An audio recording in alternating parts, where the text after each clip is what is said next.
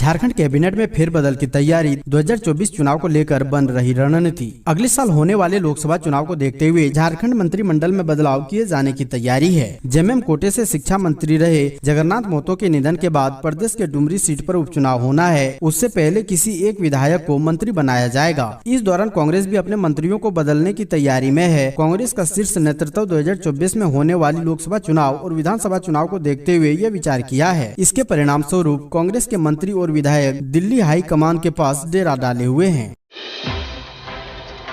भीषण गर्मी को कहिए बाय बाय, अगले 5 दिनों तक होगी झमाझम बारिश। मौसम विभाग ने सुना दी गुड न्यूज। उत्तर भारत समेत देश के कई हिस्सों में भले ही चिलचिलाती गर्मी पड़ रही हो, लेकिन दक्षिण में मानसून की बारिश शुरू हो गई है। मौसम विभाग ने गुरुवार को खुशखबरी देते हुए बताया है कि केरल में मानसून आ गया है। उल्लेखनीय है कि बीते दिन जारी पूर्वानुमान में कहा गया था कि अगले कुछ घंटों में केरल में मानसून की दस्तक हो सकती है। मौसम विभाग ने बताया कि 8 जून को केरल में मानसून आया है। केरल में मानसून के पहुँचने की नॉर्मल तारीख 1 जून थी। एक सप्ताह की देरी से मानसून ने दस्तक दी है। अगले 48 घंटे में यह अरेबियन सी, दक्षिण भारत, बंगाल की खाड़ी और उत्तर भारत के राज्यों की ओर बढ़ेगा। हालांकि बिहार, झारखंड, पश्चिम बंगाल, ओडिशा, उत्तर प्रदेश, आंध्र प्रदेश और तेलंगाना में अगले 2 से 4 दिनों तक हीट वेव की स्थिति बरकरार रहने वाली है।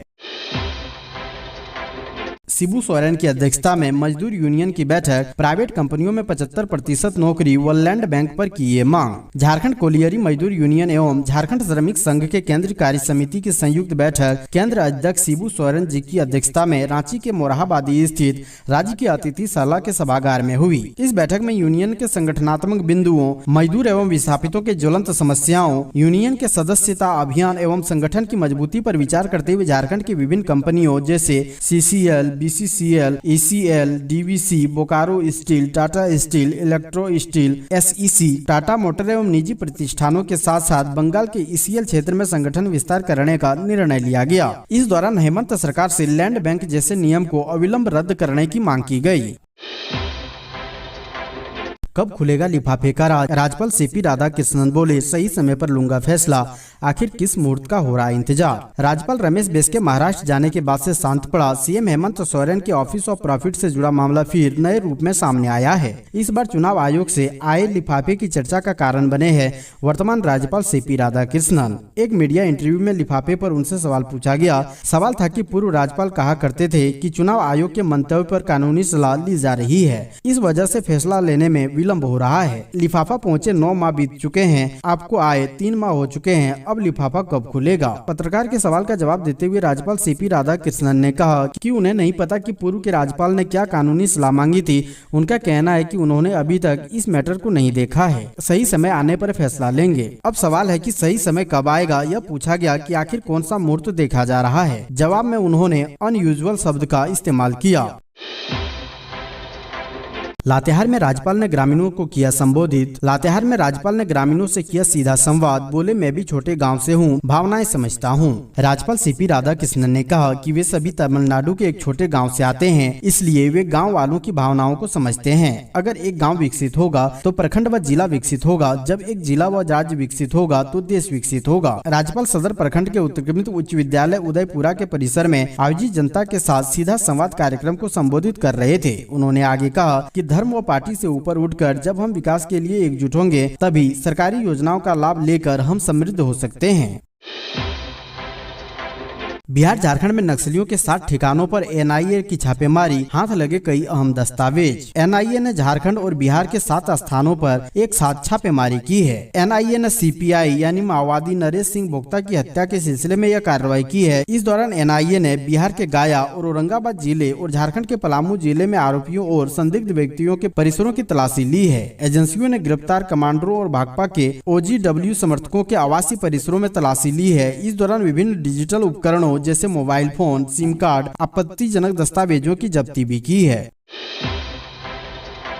राज्यपाल ने जानी लोगों की समस्या, जल्द समाधान का आश्वासन। 2 दिवसीय दौरे पर पहुंचे झारखंड के राज्यपाल CP राधाकृष्णन ने पलामू के सदर प्रखंड के ललहे पंचायत में संवाद कार्यक्रम में शिरकत किए। इस कार्यक्रम के दौरान पंचायत प्रतिनिधि और ग्रामीणों से उनकी समस्याएं सुनी। ज्यादातर महामहिम के समक्ष लोगों ने ललहे पावर ग्रिड का मुआवजा, 4 लेन भूमि अधिग्रहण का मामला को उठाया। वहीं राज्यपाल CP राधाकृष्णन ने लोगों को संबोधित करते हुए भरोसा दिलाया कि 4 लेन अथॉरिटी से वार्ता कर और दूसरे राज्यों में कैसे मुआवजा मिला है, दूसरे राज्यों से भी जानकारी प्राप्त कर उचित मुआवजा दिलवाने का भरोसा दिया।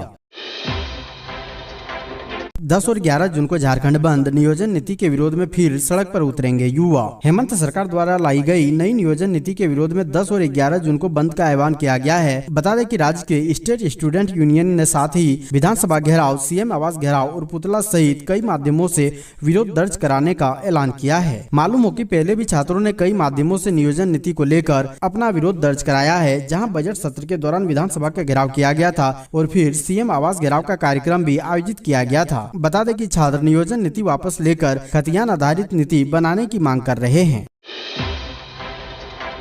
झारखंड में बांग्लादेशी घुसपैठ की आशंका, हेमंत सरकार ने सभी जिलों को जारी किया अलर्ट। खुफिया एजेंसियों ने झारखंड में आने वाले समय में बड़ी संख्या में बांग्लादेशी घुसपैठ की आशंका जताई है। इंटेलिजेंस एजेंसियों से मिले इनपुट के बाद हेमंत सरकार की चिंता बढ़ गई है। सरकार ने सभी जिलों के डीसी, एसएसपी और एसपी को इसके लिए अलर्ट किया है और घुसपैठियों की पहचान कर उसके खिलाफ कार्रवाई करने का निर्देश दिया है। खुफिया इनपुट के मुताबिक संथाल परगना समेत राज्य के अन्य जिलों में बांग्लादेशी घुसपैठियों को जारी सरकारी दस्तावेजों के आधार पर वोटर लिस्ट में नाम जुड़वाने के साथ ही उन्हें बसाने की कोशिश की जा रही है। खुफिया एजेंसियों ने इसे देश और राज्य के लिए खतरा बताते हुए इसकी निगरानी पर जोर दिया है।